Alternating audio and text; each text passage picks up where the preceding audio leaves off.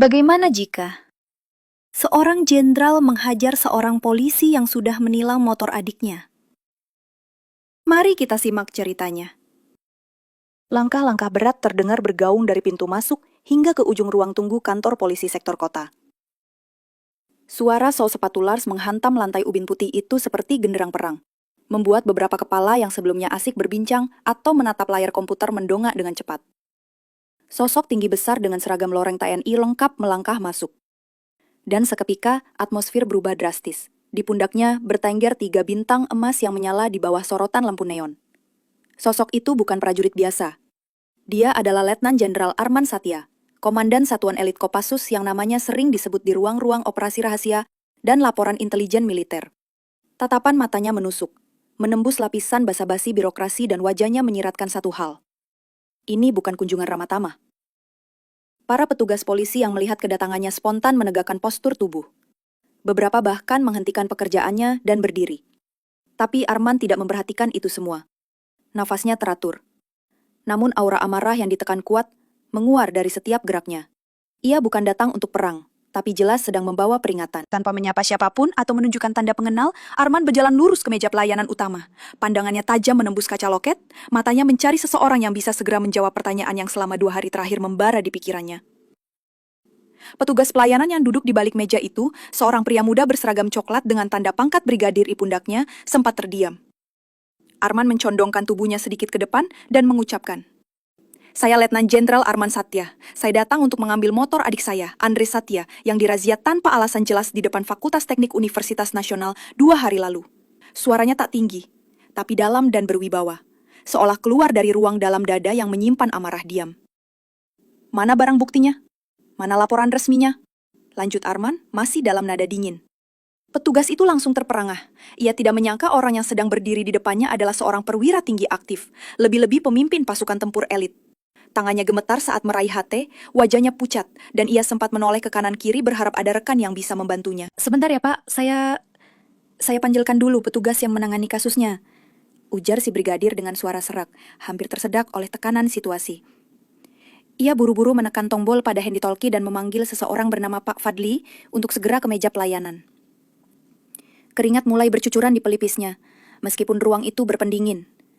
Sementara itu, suasana kantor polisi berubah menjadi seperti medan siaga. Para personel yang sedang bertugas saling bertukar pandang, menahan napas dan berbisik lirih. "Itu beneran Letjen Arman Satya?" tanya salah satu polisi senior dari ruangan dalam, nyaris tak percaya.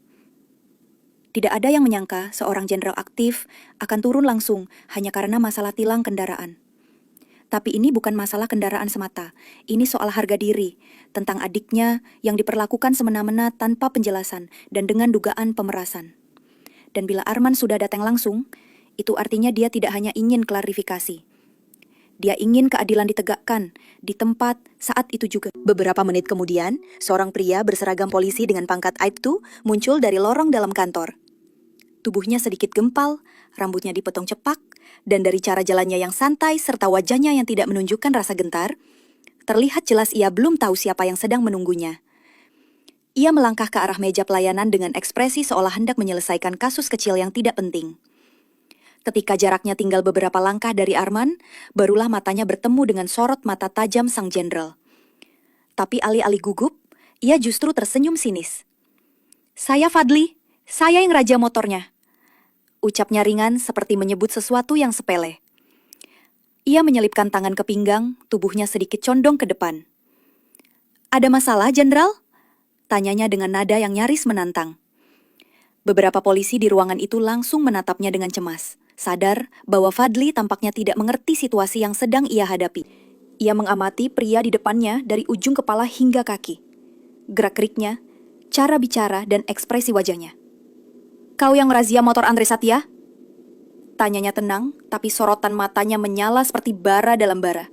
"Ya, saya," jawab Fadli dengan santai. Arman lalu mengambil napas perlahan. "Kalau begitu, tunjukkan pada saya bukti pelanggarannya. Surat tilangnya mana? Dokumentasinya mana?" "Adik saya bilang dia hanya sedang memarkir motor di area kampus dan tidak melanggar apapun." "Jadi, atas dasar apa kau menyita motornya?" Kali ini suaranya mengeras sedikit, cukup untuk membuat udara terasa bergetar. Fadli diam sejenak, ekspresi wajahnya berubah sedikit. Namun kemudian, ia tertawa kecil. Mencoba menjaga posisi. Tapi Arman tidak tertawa. Tubuhnya tetap tegak seperti pilar batu, tak bergeming. Satu kesalahan dalam menjawab, dan situasi bisa berubah dalam sekejap. Polisi bernama Fadli itu menyeringai, sambil menyandarkan tubuhnya ke meja pelayanan, seolah ingin menunjukkan bahwa ia tidak terintimidasi sedikit pun oleh pangkat 3 bintang di dada Arman. Dengan santai ia mendengus, lalu meludah ke samping, sebelum bicara. Seolah sudah biasa menghadapi warga yang mengeluh soal razia liar. "Gak usah banyak tanya, Jenderal," katanya dengan nada menghina. "Kalau mau motornya balik, ya bayar dulu 2 juta. Gak ada duit? Ya sabar. Nunggu proses bisa lama."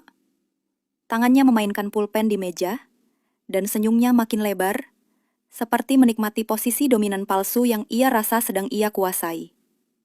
Ucapan itu sontak membuat suasana ruangan mendadak berubah.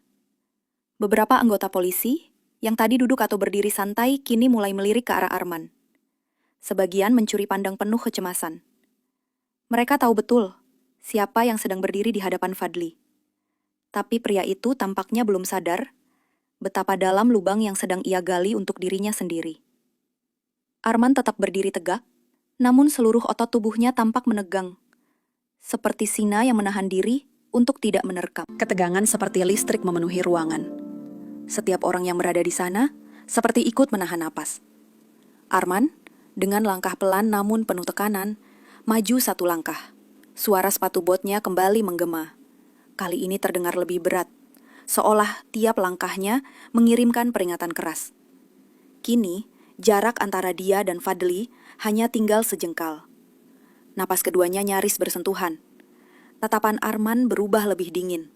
Pupil matanya mengecil, menyisakan tatapan tajam yang seolah bisa membekukan darah.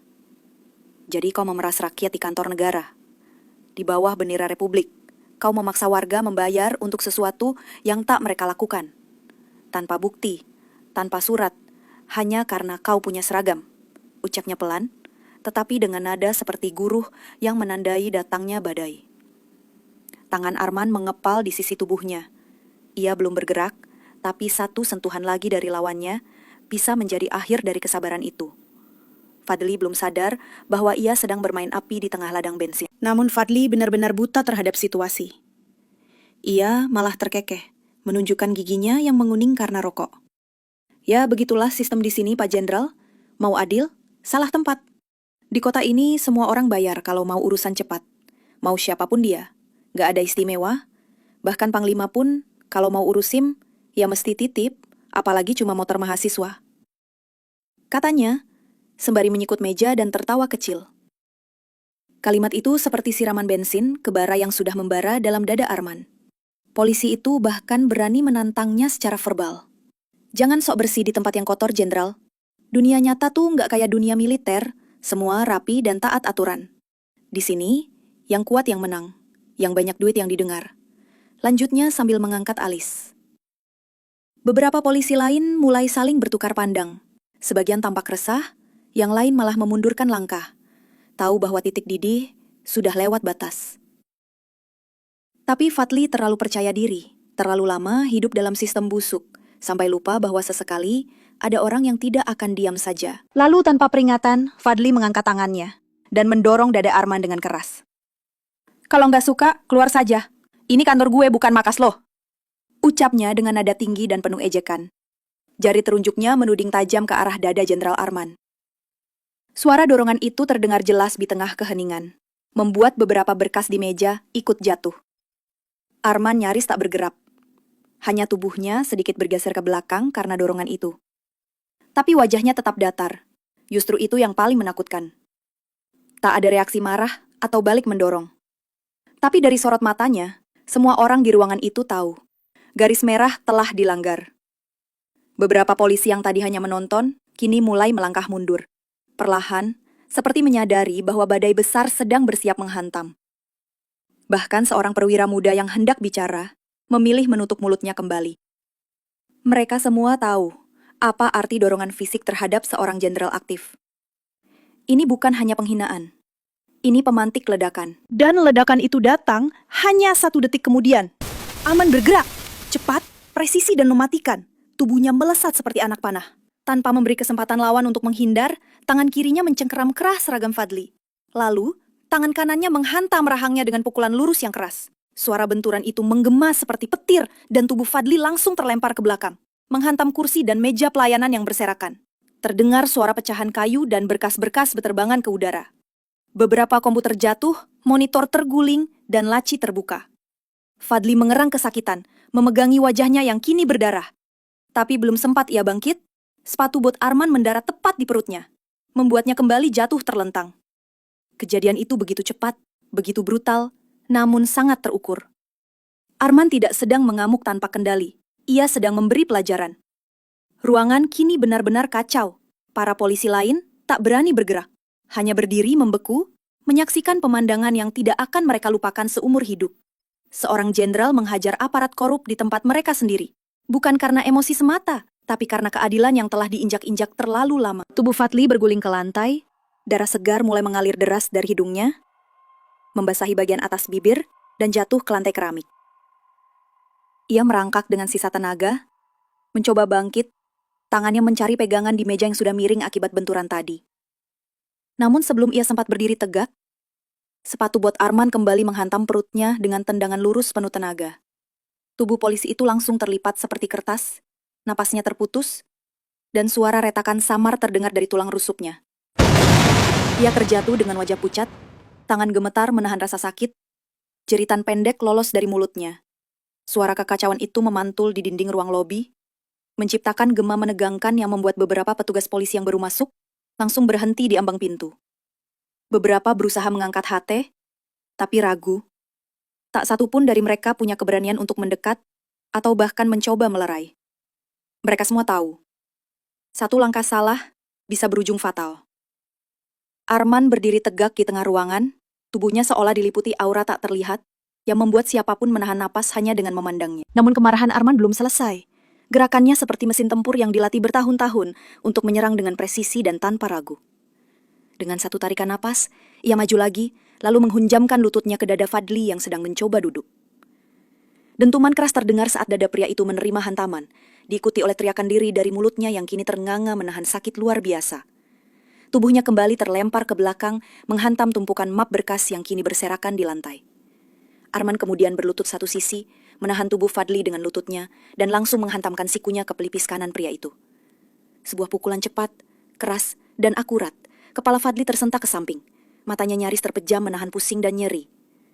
Beberapa polisi di sisi ruangan mulai berteriak, namun bukan untuk melerai, melainkan kaget dan panik, tak menyangka seorang jenderal bisa melancarkan serangan secepat dan seefisien itu.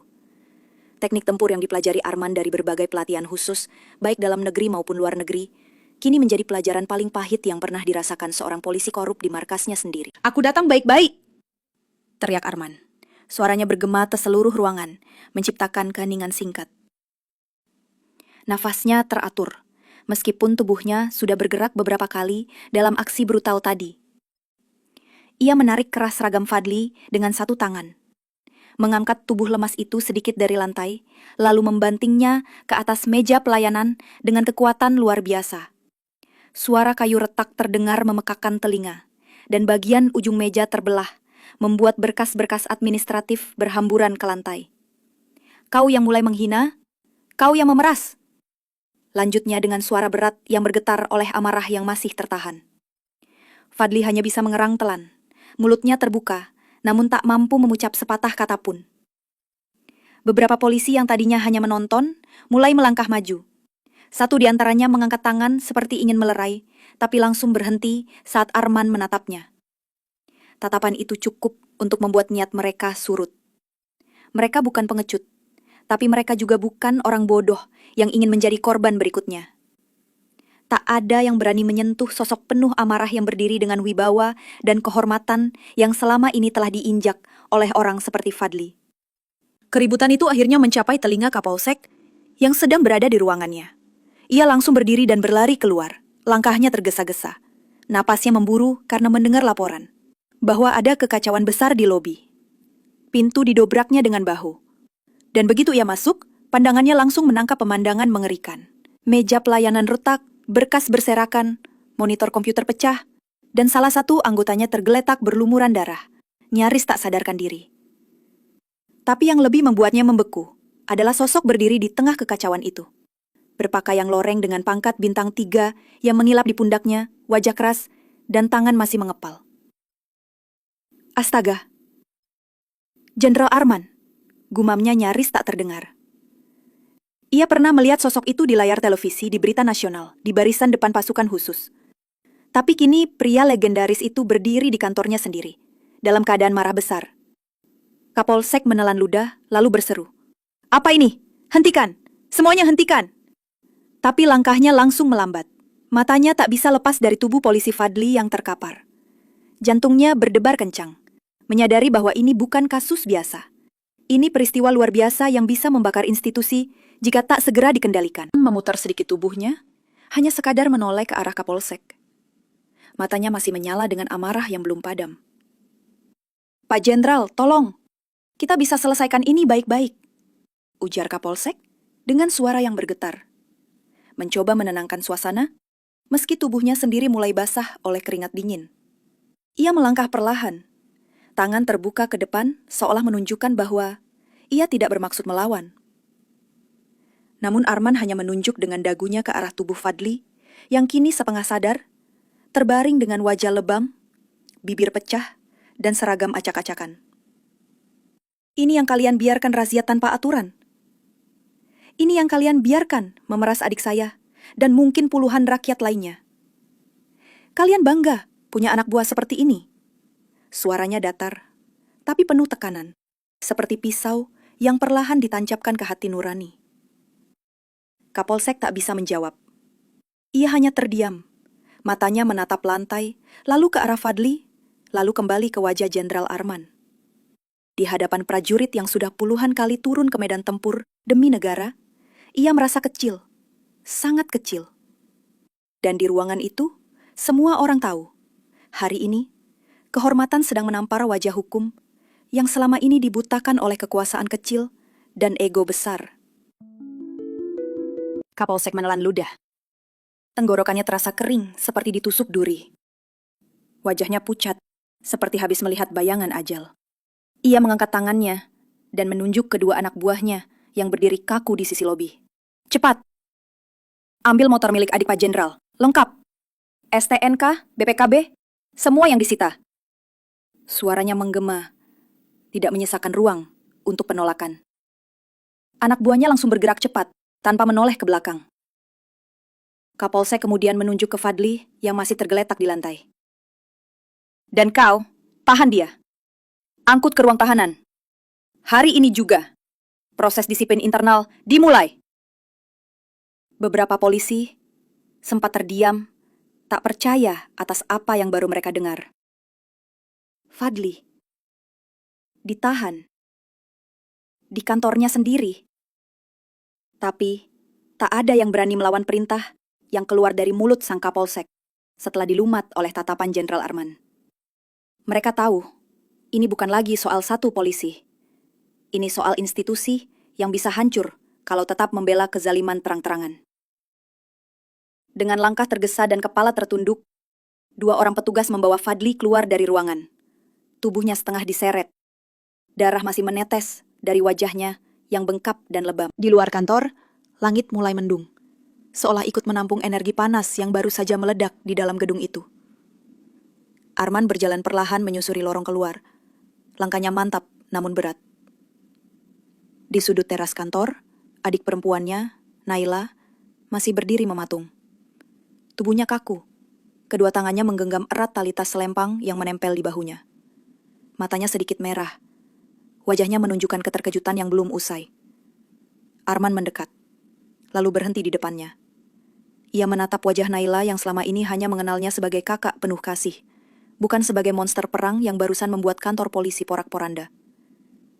"Motormu sudah beres," ucapnya pelan. Suaranya berubah lembut seperti biasa. "Maaf, kakak harus turun tangan." Naila mengangguk kecil, masih belum bisa berkata-kata.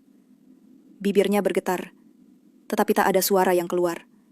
Hanya air mata yang jatuh satu persatu, Bukan karena sedih, tapi karena bingung. Bangga sekaligus takut melihat kakaknya berubah menjadi sosok yang begitu menakutkan saat keadilan diinjak. Arman mengangkat tangannya, mengusap kepala Naila dengan perlahan, mencoba menenangkan badai yang berkecamuk di hati gadis itu. Namun, sebelum benar-benar pergi, Arman kembali menoleh. Ada sesuatu yang belum selesai. Ia memutar tubuhnya dan melangkah masuk lagi ke dalam kantor polisi. Berjalan seperti sosok bayangan yang datang membawa putusan akhir. Kapolsek yang baru saja duduk langsung berdiri dan menegakkan tubuhnya. Tatapan Arman kini lebih tenang. Namun, nadanya tetap dingin dan penuh tekanan moral. "Bersihkan kandangmu," ujarnya pelan, tapi setiap kata terasa seperti palu godam yang menghantam keras. Kalau satu orang seperti dia bisa bebas memeras rakyat, berapa banyak lagi yang kalian biarkan? Berapa banyak mahasiswa lain yang tak punya saudara tentara harus membayar 2 juta karena arogansi petugas jalanan? Suasana ruangan kembali membeku. Tak ada suara, hanya desisan napas dan detak jam dinding yang terdengar lirih. Kapolsek menunduk. Wajahnya benar-benar pucat. Ia tahu, ini bukan sekedar teguran, tapi peringatan keras dari sosok yang punya pengaruh jauh melebihi dirinya. "Saya mengerti, Pak Jenderal. Akan saya tindak semuanya." Jawabnya cepat, seperti menyambut takdir. Tapi Arman tidak menunggu jawaban. Ia sudah berbalik, melangkah keluar dengan punggung tegak, meninggalkan ketegangan yang menggantung seperti kabut di ruang itu. Di pelataran parkir, motor metik milik Naila sudah terparkir rapi. Kunci tergantung di stangnya. Arman membuka kunci kontak dengan tenang, mengecek surat-surat yang sudah dikembalikan, lalu menyalakan mesin motor itu tanpa banyak bicara. Beberapa polisi yang melihat dari kejauhan hanya bisa berdiri diam. Tak berani bicara, bahkan mengangguk pun ragu. Naila duduk di jok belakang. Masih dalam diam, tangan menggenggam erat jaket kakaknya dari belakang. Sambil menarik nafas panjang, Arman menatap gerbang keluar kantor polisi itu. Ia tahu, kejadian ini bukan akhir, melainkan awal dari gelombang besar yang akan menguji banyak orang. Mungkin akan ada laporan, mungkin akan ada media, mungkin pula akan datang perintah panggilan dari atasan.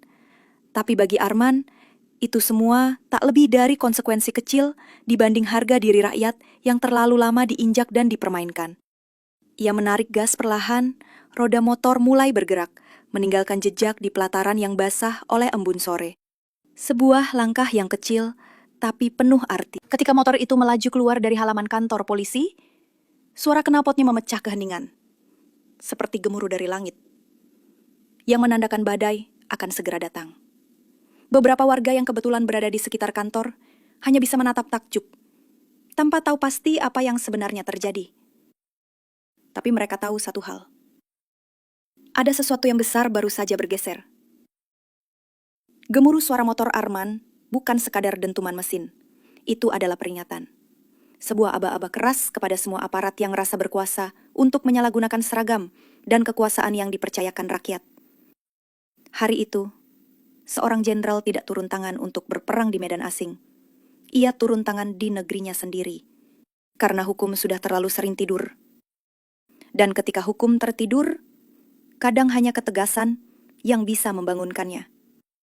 Meski harus dengan satu pukulan di tengah ruang publik.